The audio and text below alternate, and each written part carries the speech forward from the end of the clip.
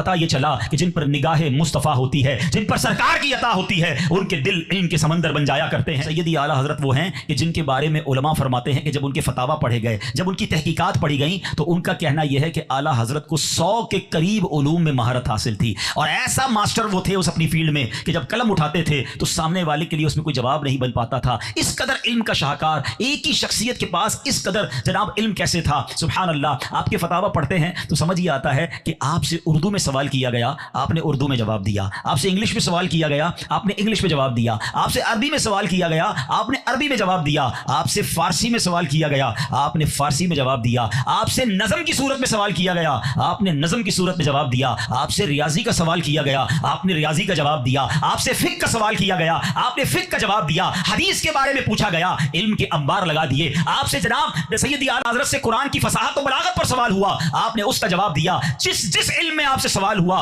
علماء نے یہ ڈیٹیل کیسے بنائی کہ 100 علم معلوم تھے، وہ لسٹ بناتے گئے کہ جو پوچھا اس پر ایسا جواب دیا کہ جب اس پر غور کیا تو عقل حیران ہے کہ یہ کیسے جواب دیتے تھے، کتنا پیچھے علم موجود تھا۔ ریاضی کے بڑے بڑے پروفیسر جاتے تھے، پوری دنیا میں جا کر جواب نہیں ملتا تھا، بڑے اعلیٰ حضرت پر جاتے تھے، اس مولوی صاحب کے پاس جاتے تھے جس نے کسی یونیورسٹی کا منہ نہیں دیکھا تھا، مگر جب وہ جواب دیتے تھے تو ان پروفیسرز کی جو جرمنی جانا چاہتے تھے مسئلے کے حل کے لیے، وہ حیران تھے کہ ان کو کیسے یہ جواب ملا۔ تو اب ایک اور زبردست بات، بڑا خوبصورت اور لطیف نکتہ کہ جناب 100 علوم میں، 100 نالج میں، 100 ٹائپ آف نالج میں آپ سے کوسچن ہوئے، اپروکسیمیٹلی آپ نے ان تمام شعبوں میں شاہکار جواب دیے۔ تو اب اس لیے علماء کہتے ہیں کہ کم و بیش 100 علوم میں آپ کو دسترس حاصل تھی، مگر ایک بڑا لطیف نکتہ ایک اور مفتی صاحب نے بیان کیا کہ جناب ہمیں کیسے پتا ان کو 100 علوم ہی آتے تھے؟